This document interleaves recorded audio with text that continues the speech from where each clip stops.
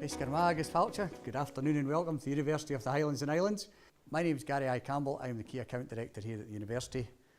In amongst that you've probably got some Gaelic, but also another little language there. And of course one of the things about the University of the Highlands and Islands is the area that we cover. From Unston in the north to Campbelltown in the south, Perth, Elgin, Stornoway, huge area. And of course up north, Nordic, and that's where that little bit comes from as well. So it's Gaelic and Nordic. We've got so many cultures within our area. And one of the important things, of course, is actually getting involved with the community, get involved with the business community, and getting people to know what we do here at the university, and also to work with other partners such as the Royal Bank of Scotland, who have kindly agreed to sponsor this today and the rest of the series, which runs through into June. Today, though, this is fascinating, and I say very, very worrying. We've got Stuart Thom here from the RBS's Security and Resilience team. I had a deeply, deeply worrying conversation with this man yesterday about internet security. I went home and changed every single password and actually thought about unplugging all my computers last night for the first time in my entire life. So I think we're in for a very interesting time, and I'll be speaking to Stuart in a moment. But first of all, Stuart has asked if we can introduce you to someone else first. And this someone else is Dave. And Dave thinks he's actually a mind reader.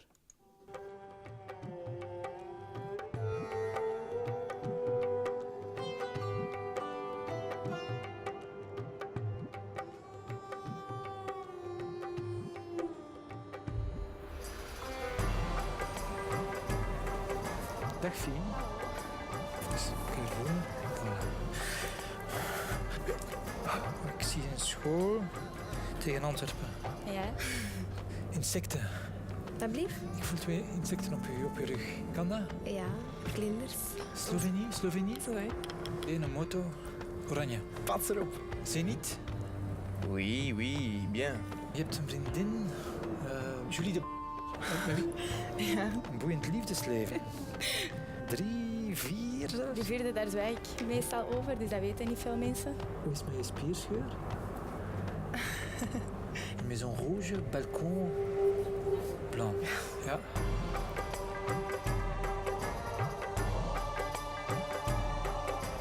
Ik zie geld, ik zie transacties. Maar kent je rekeningnummer van buiten? Ik denk dat ik het wel weet. Die staat wel negatief op je bankrekening. Ja? 97. Last month you spent €200 on alcohol. Vorige maand €300 aan kleding gespendeerd. 8. Ja. 5. Voor een huis dat van eigenaar gaat veranderen. €795.000. Ja, maar eigenlijk. 41. Ja. Is dat juist? Ja, dat is juist.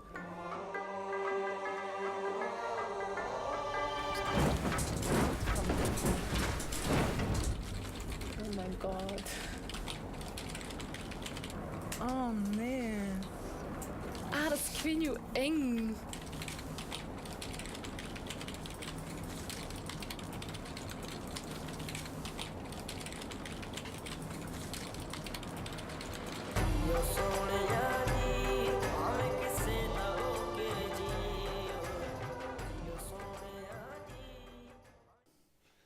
Stunned silence. Well, Stuart, on the basis of what we've just seen, it's clearly cybercrime, and that was done in a tent in Brussels. Who does it affect? I mean, is it just people like that who have just put their lives online, or what can happen? Unfortunately, what we're seeing this now is that cybercrime is one of the top threats to UK national security. So if I look at that comment, national security, it actually affects every single one of us. So that's us as individuals, but also small and medium-sized enterprises and also the large companies as such. Unfortunately, we're finding at this moment in time that there are organised criminal gangs out there that are using those techniques to target us as individuals, but also companies as well. And unfortunately, these gangs are well organised, effective, international, and I hate using this word for them, but they're also very, very professional in their approaches, their planning, and also execution of the techniques that they're using to target us as individuals to ultimately try and get the security credentials to steal money from us. And I suppose if I take that just a little bit further as well, just to highlight the extent of the problem, is that the UK government released some statistics last year that they estimate approximately in 2014, £27 billion went out of the UK economy as a result of cybercrime. So we take that number just a little bit further, for example, that's 27 billion in the UK alone. What's the global figure? And then if we think about, that's 27 billion that's actually reported. What goes unreported? And then last but not least, what goes unidentified as well? That number would be a lot larger. And unfortunately, a large proportion of that money, it's not going towards the sort of fancy hotel, the holidays, the fancy cars and things like that. It's actually going towards the drugs trade, the terrorism, human trafficking, and unfortunately that's the hidden cost of fraud and cybercrime.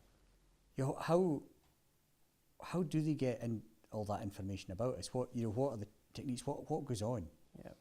So the internet's got a large role to play in this and how society actually uses it.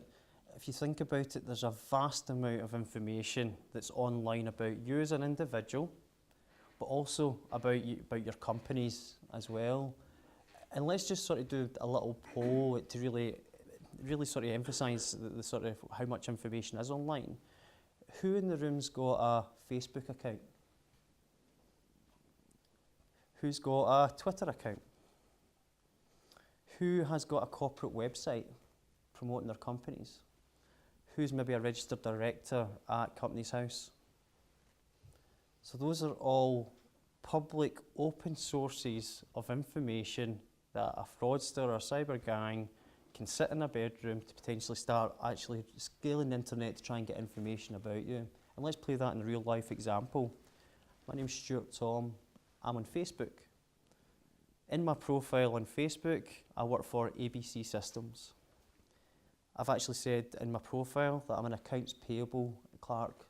Okay. If I'm a fraudster and I go into my profile, that's then found out who I work for. I'm an accounts payable. I'll probably be involved in the payments process. Let's now cross-reference that with information on their corporate website.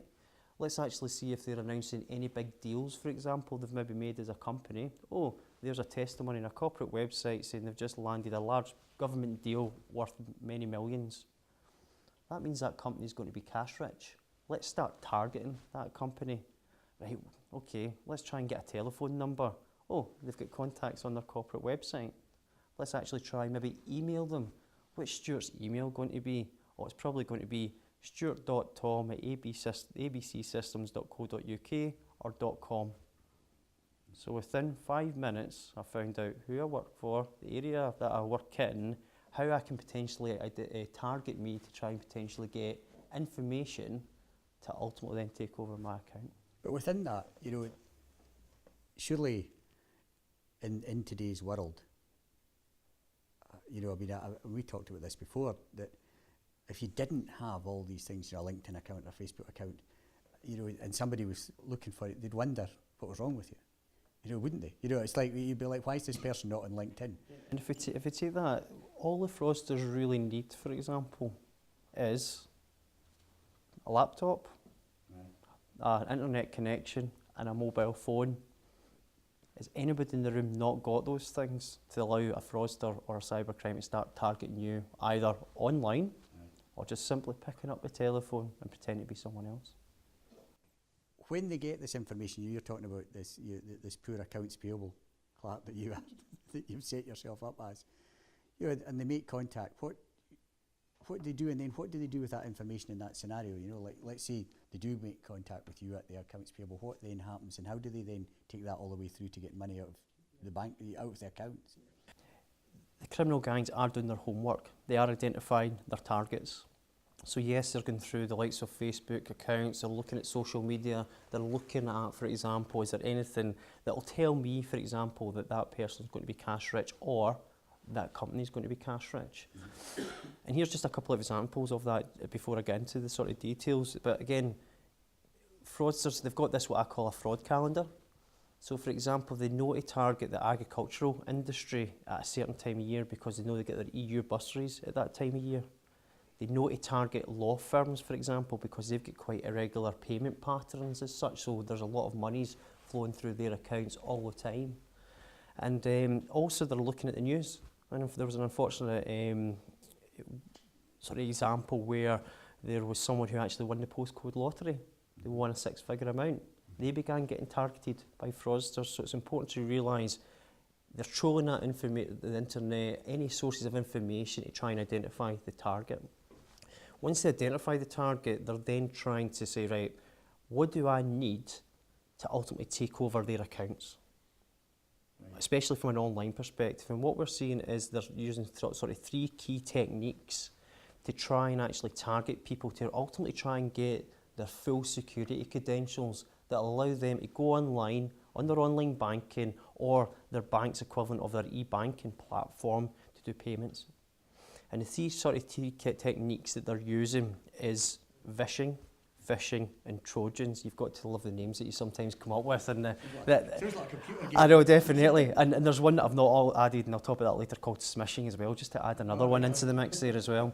But if we take each of those just individually, just to provide a little bit of context for everyone, vishing, it's about somebody calling you up pretending to be someone else. Hi, it's Stuart here from the fraud department. We think there's fraud in your account. If you give me your full security credentials, I can stop this from happening. You might be saying, well, that's a bit simplistic. But if you put that in the business context, when they're contacting you potentially in peak working hours, potentially at 2:30 in the afternoon when you're maybe processing a lot of payments within the accounts payable department, this is another problem. This is another problem to the people that are maybe already overworked, they're stressed, they maybe lower their guard. So they might actually divulge that information. And here's just another example of that, if that's okay. It says, hi, it's Stuart here from RBS. We're doing some checks around payments. Can you tell me who that is? Yes, that's Mary. All right, can you put me through to Mary, please? Sorry, Mary's actually on holiday at the moment. Oh, okay, well, where's Mary away to? Oh, she's away to Tenerife. Oh, she's away with her husband and 2 kids. Yeah, she's away with her husband and her 2 kids who are 5 and 3. Oh, okay then, well what I'll do, I'll call back in a couple of weeks' time when Mary's back. Oh, and can I just check what your name is, please? Yes, it's Jennifer Watson, I'm Mary's boss. That's absolutely brilliant, thanks very much.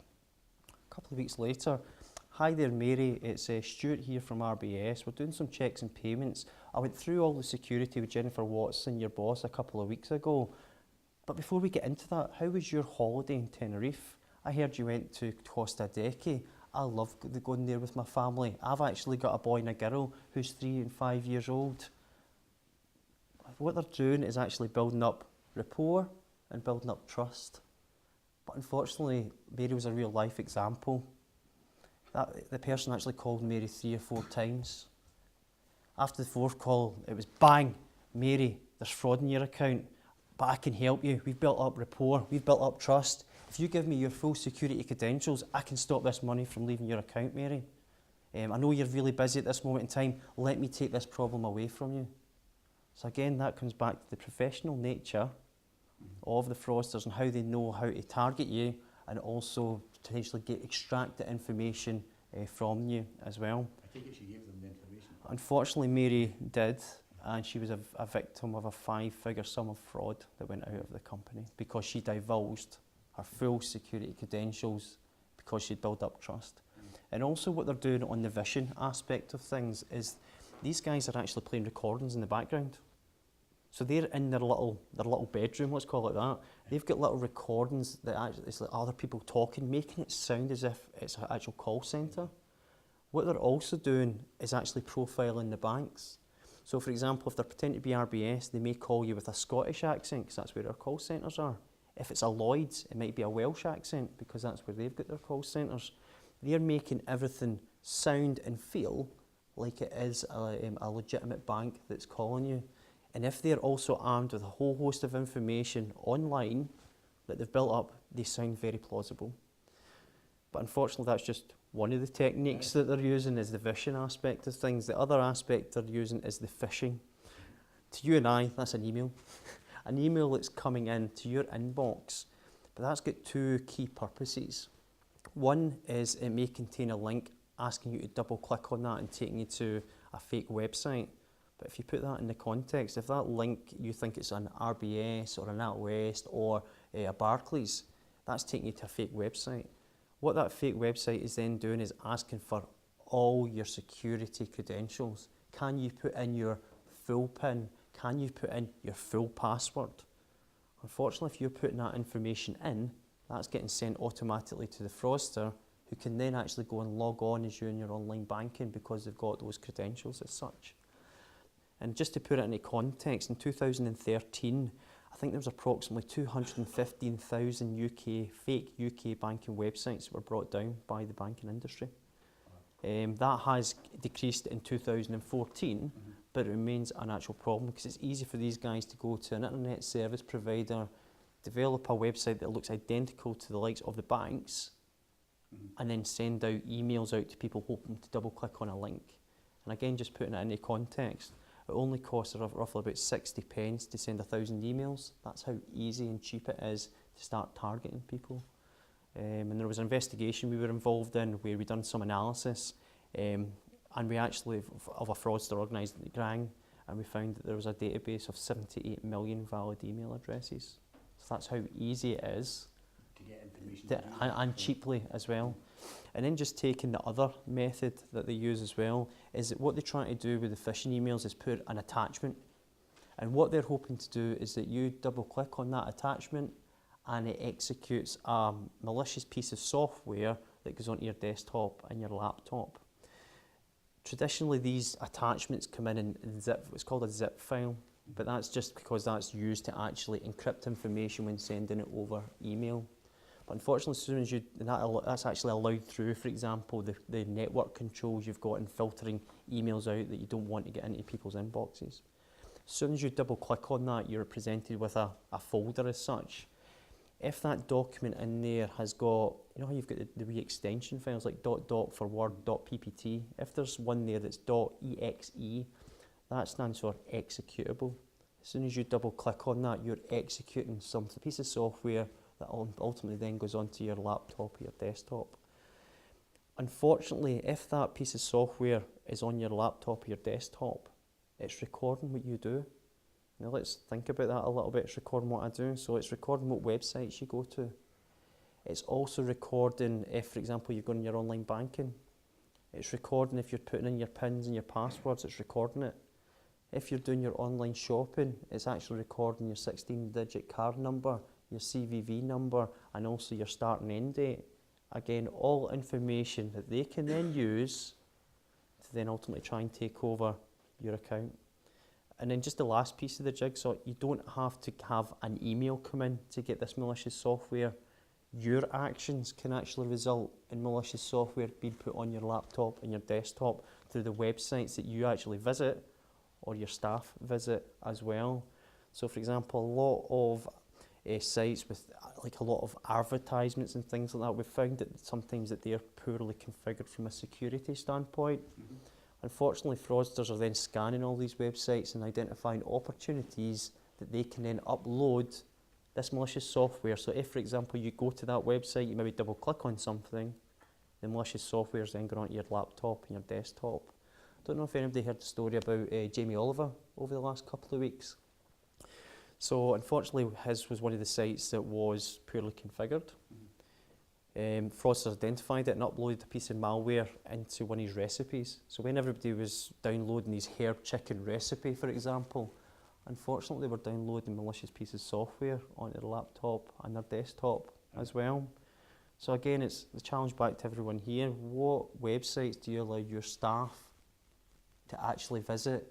And if, for example, those desktops and laptops are used in the payments process and you allow them to access these types of sites, even their own personal emails such as your Yahoos and your Skys, which are targeted by the fraudsters as well, you've got the potential of malware getting onto your laptop and your desktop and recording what you do. I like the bit about Jamie Oliver, it brings a whole new meaning to food poisoning. Definitely. And I think that just one last bit there, the important thing to really emphasise there is that these techniques can be used on their own, or they can also be used together as a blended type attack. And just the one last two bits, just how they go. So unfortunately, if you become compromised, your security credentials are then stolen. What then happens is the fraudster goes onto your online banking to act as you.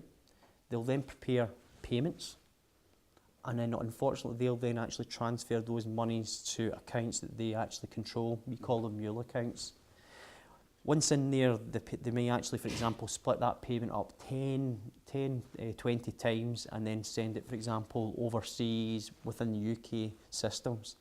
As a banking industry, we will investigate if we think you're a fraud, but unfortunately, there's actually certain laws overseas that actually protect the fraudsters.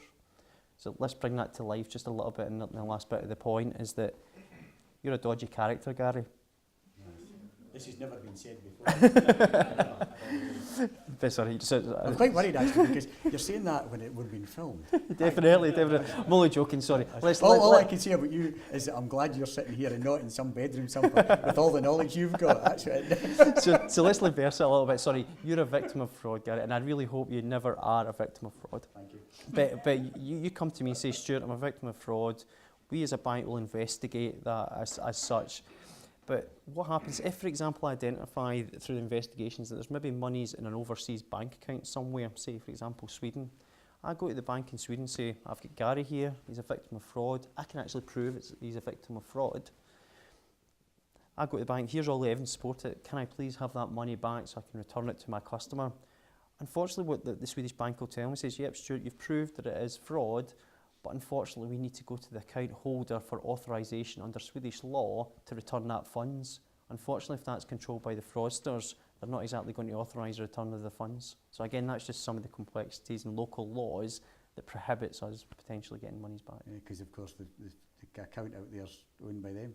Yeah, definitely. And see, so taking it a step further, you know, myself or anyone else, you've explained all these methods of basically getting under the skin of folk. What should we be looking out for? You know, I mean, me as an individual or people running businesses, what should you be looking out for coming in onto your machine or on websites? Is there anything that's a bit of a red flag? If I take each of the techniques probably first of all, so if from a vision perspective, so if somebody calls you up, don't trust them just because they've got information about you. I think I've maybe proved to you there's a lot of information that's online about you as an individual, about you as a company that makes someone really sound believable over the sort of telephone.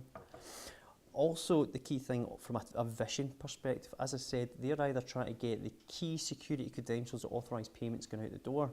If anybody starts asking you for your full security credentials, full PINs, full passwords, but more importantly, any codes, for example, that authorises payments, that is a potential telltale sign to say, I need to be very careful here. If, for example, you're an RBS customer, we have got authorisation codes. If anybody asks you for your authorisation code, put that telephone down and contact the bank immediately, because that's just something we as a bank will never ask our customers for. So again, that's from a sort of vision perspective. If you think about the sort of the Trojan aspect of things, so the emails, the phishing emails coming in, again, some of the telltale things to identify phishing emails is sometimes, if you know how you can hover over the top of the email address when it's came in, sometimes what that'll do is present a totally different email address. So it might be if it was stuart.tom@rbs, and you hover over that, it might then come up with some name at hotmail.com. That's an indication that potentially that email has been copied and made to look like it came from Stuart Tom. Also, some of the grammar and things like that in emails is telltale signs. But also, things to look for is links in emails. So if, for example, the BBA recently came out with guidelines and all the banks have really supporting these 8 rules, and it's part of their no fraud sort of rules around, banks will never put a link in an email that takes you to your online banking secure page where they ask for PINs and passwords. So again, those are some of the telltale signs there as well. Also be very, in the email side of things, be very, very wary of executable type files that might be protected by a zip file as such. As I said, that's trying to execute. Another piece of advice is the people that are involved in the payments processes within your organisations. Within your organisations, there may be legitimate business reasons why you allow your staff to actually go to gambling websites, check their own personal emails, go onto LinkedIn, all those sort of types of areas. But you might want to start thinking about those that are involved in the payment process. Do you really want them accessing all types of websites across the website where there is the potential of visiting a site, downloading something that puts something on your machine? Mm-hmm. And I suppose some of the telltale signs, if you have got malware on your machine, is that potentially, for example, your machine might start working a little bit slower than usual. Also, maybe if, for example, what malware also does is if you type in rbs.co.uk, for example, the malware might kick in and send you to a fake website. If you're then sent, or even though you don't know it, but if your website is changed in any way, your online banking all of a sudden starts asking you for full PINs, full passwords, and if an RBS customer, the authorization codes, stop what you're doing, because obviously we would hope to actually notify customers if we're doing any sort of big changes like that. Again, those are sort of telltale signs as well. It's quite interesting because I got an email not that long ago from someone I know, and it went into a junk folder. This wasn't here, it was at home. It went to junk, and I looked at it and I thought, here's this email, and I thought, wait a minute.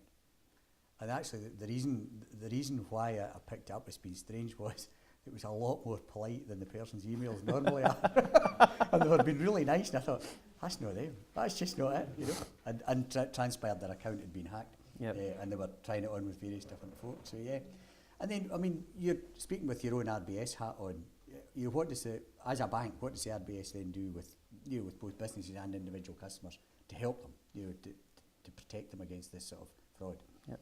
So I suppose it's important to highlight I think all the banks are trying to work, because it's an industry-based problem, if I have to be honest with you, in terms of trying to do a lot of awareness around the techniques that the fraudsters are using to sort of target you. We as a bank, we're working with the other banks. We're also working with sort of the government in terms of the Get Safe Online campaigns, and also a lot of government bodies, and also police and law enforcement as well, to try and actually identify these gangs and actually bring them to justice as such. Also, some of the things that we're doing is a lot of these types of events as well. We've got a dedicated customer security team who are really wanting to work with our customers, but also the industry, to really try and promote's probably the wrong word, but actually make people aware of the techniques that the fraudsters are using against you as an individual and you as a company, because I think it's important to actually emphasise here the information I'm talking about. It's just not companies that are being targeted, it's you as an individual customer. Also in the background, there's a lot of technology type activity that's happening in terms of improving the security of our products, our service offerings. It's good to see that security is actually at the forefront now, because in terms of making sure that we are thinking security, thinking about customers, and there's a lot of obviously fraud detection mechanisms that we've got inbuilt to sort of protect our customers. There's a whole raft of things that we are very much trying to do, but at the end of the day, what we're finding is the fraudsters are targeting the banks, but we can invest in these types of technologies. Unfortunately, small to medium-sized companies, you as individuals maybe not have those funds, and that's why the fraudsters are targeting you as individuals and you as companies as such, and that's why it's important that we really do promote awareness of the actual techniques that the fraudsters are doing. Just to put it into context, there was a survey done about, I think it was last year, by the Federation of Small Businesses. They had interviewed about 1,000 type companies.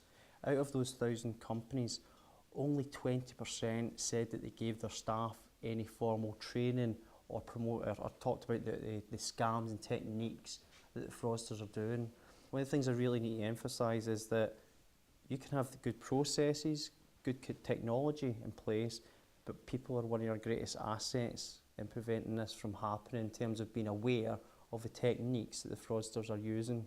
And it's important that if you're targeted, make people known, because the person next to you might not be as lucky. And, you know, to me, I mean, in many respects, I mean, this is fraud, this is con men, this is hustlers, call them what you want. And it's probably been around since time began. Someone's always hustled somebody or conned somebody out of money, you know, and it just appears to have moved online to a certain extent, or it's a new platform for it to happen. And I mean, we've concentrated a lot on that, but are there any, just, you know, from your own experience, is there any other areas that you as SMEs, for example, would want to be aware of that maybe aren't obviously online fraud? You know, is there any other stuff that comes up that you see? I would love to say no. That's it. But unfortunately, there's other ways that the fraudsters are still targeting you as individuals and you as customers. And a couple of those is, for example, invoice redirect fraud. So, hi, it's Stuart here from ABC Systems. I sent you an invoice a couple of weeks ago. We've now shut down that bank account. Can I provide you now with my new sort code and account number? Hi, it's Stuart Tom here from ABC Systems. We recently upgraded our accounts payable package, but I've identified that it's quoting the wrong sort code and account number. Can you please change it? Unfortunately, what we're finding is that customers are changing just based on that explanation without any confirmation. Unfortunately, if they change those bank account details on their records, any legitimate invoices that are then coming in are then automatically getting routed to the fraudsters as such. So that's one of the invoice redirect fraud is one of the techniques that the fraudsters are using, and unfortunately I've got quite a few case studies. But another example of that is that there was a company and they confirmed everything in terms of email correspondence, letters, telephones, smoke signals, you name it, everything. They were confirming everything. But unfortunately, there was an example where they got a letter, an email in, and it looked as if it came from a legitimate supplier. It had invoice numbers, it had the correct amounts, it even had the correct description of what the invoice was relating to with some queries. And then at the very, very bottom, it spoke about, can you please change my sort code and account number? Unfortunately, they did without confirming, and they became a victim of fraud. When we were speaking to that customer to understand, look, what happened here, it was identified that it wasn't actually this customer that was impacted, it was the supplier. The supplier had malware on their machine. That malware was then recording who they were doing business with. Right. They were then actually recording all the information about the invoices as such, and then they decide, well, let's actually target this company. Let's copy their email address to make sure it looks as if it did come from this company, and then ask for that to happen at the end. They now confirm everything, but again, you need to think about, yes, your own organisation and protecting yourself from malware, but at the same time, you need to also think about your supply chain and what defences that you've got, controls that you've got in place. So again, that's just one of the areas that we're looking at. And what we're finding this now as well in that example of invoice fraud is that everybody is now confirming. The fraudsters know this, but what they're now doing is maybe targeting information that's actually used as part of the confirmation controls. So for example, they might call up and say, hi, can I change the telephone number that's on your account? A lot of people won't confirm that. Then what they'll do is then send the email in asking for a request to change bank account details. But unfortunately, that's that telephone number that you've just changed, that's what you use to actually confirm, is this a legitimate request? Unfortunately, you're just calling the fraudster. So again, what controls have you got around there as well? So that's invoice redirect fraud. Do you want me to continue? Another quick one probably. Yeah. So again, insider fraud is still there. It's still happening. Potentially in the future, we as a society become more aware of the techniques. Fraudsters may then choose to put people within organisations. You might find that's a bit far-fetched, but it does actually happen. But again, what to think about, a lot of you guys that potentially are small to medium-sized companies, you potentially maybe rely on agency staff or other people coming into your organisation maybe to support your IT systems.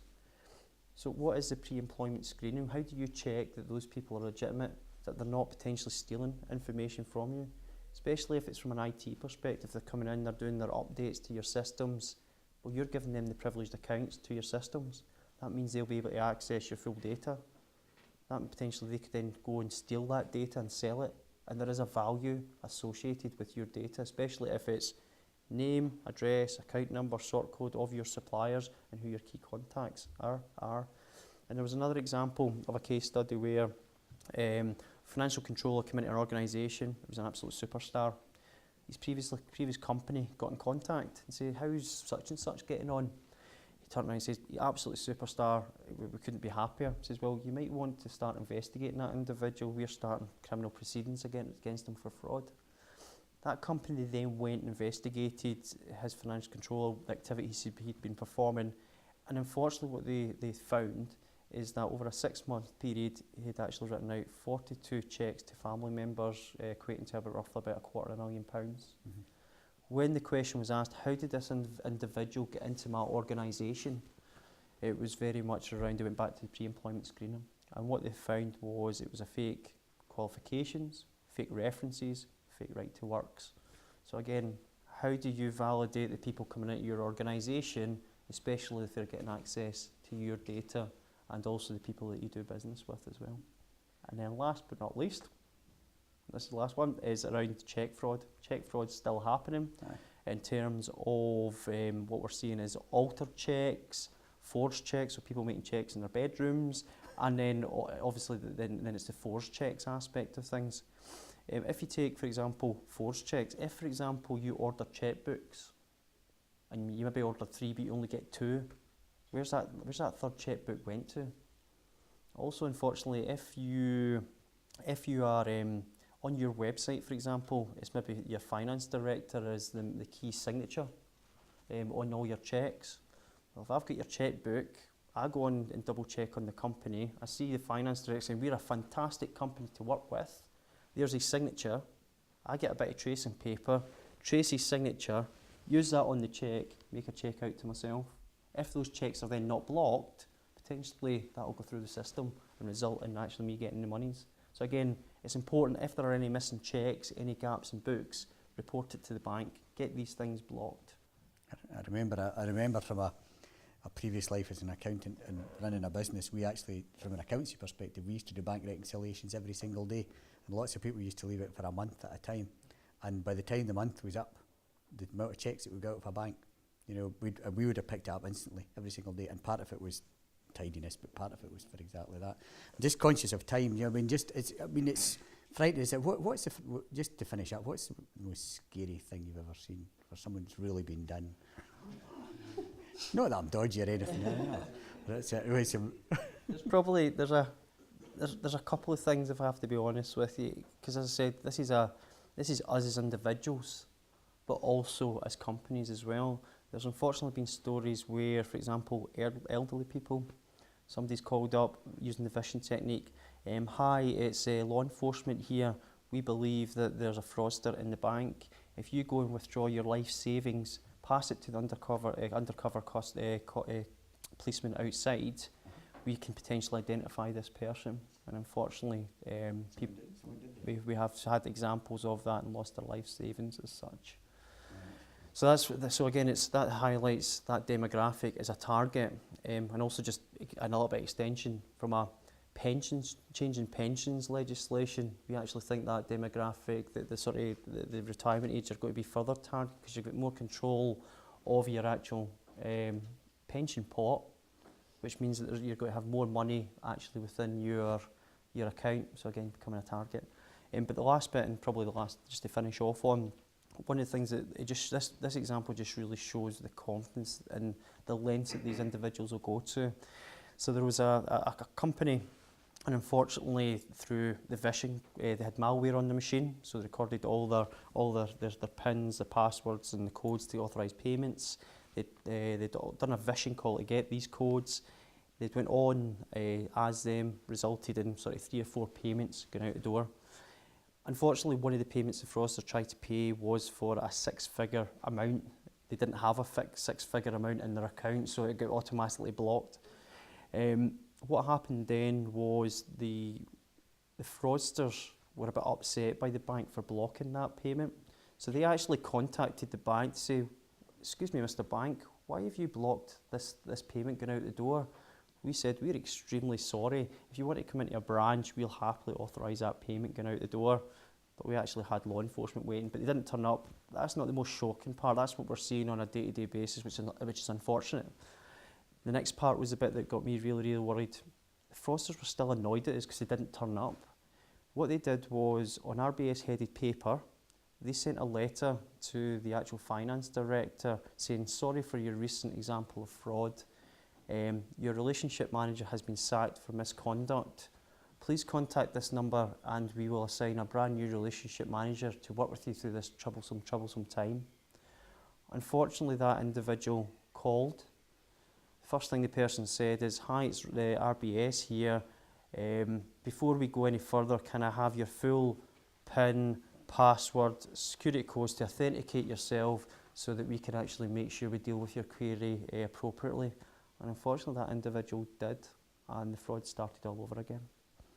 Unfortunately, when the Security and Resilience Investigations team, we had put a whole host of stuff to protect this customer, but when the investigations team went in, the customer was so panicked, didn't know who to trust, and we had to take a whole host of identification to prove, look, we are who we say we are.